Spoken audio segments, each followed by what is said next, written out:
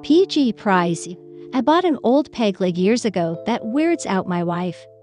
Pawn Stars told me it's $15,000 because a detail on the end. Hello friend, welcome back to my channel.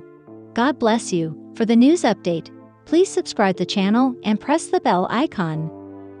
The owner of an ancient peg leg walked away with thousands of dollars after spotting a special detail on the end. The owner took the old sailor's leg to a pawn store where an expert revealed that an engraving on the leg proved that it dated back to the 1800s. Dennis, the owner, came across the item from one of his students. The peg leg pistol had intrigued Dennis enough to buy it from his student, but ended up selling it after his wife said she'd had enough.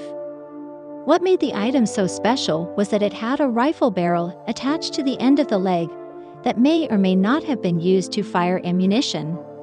A flintlock is a general term for any firearm that uses a flint striking ignition mechanism.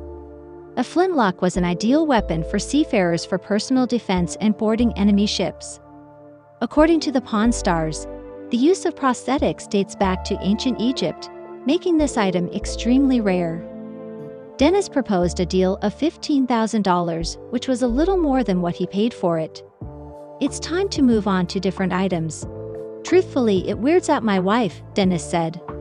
The loss of limbs was much more common during the 18th century, especially among sailors.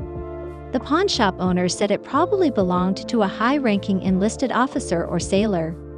Essentially, a ship's carpenter, cook, or barber would be put into service as the ship's surgeon. They would MacGyver tools like this in times of need or battle. To determine the item's worth, the pawn shop owners brought in an expert to take a look. The expert, Alex Kramer, was trained in international military antiques. "I have never seen anything like a peg leg with a flintlock in it ever," Kramer said. "This thing is insane." Once British guns were positively tested, they received the proof mark of the crown with the monarch's initials.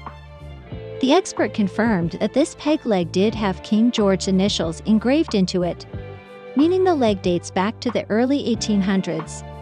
However, the expert pointed out that there was a machine-made stitch that ran across the length of the leg which had to have been added later on,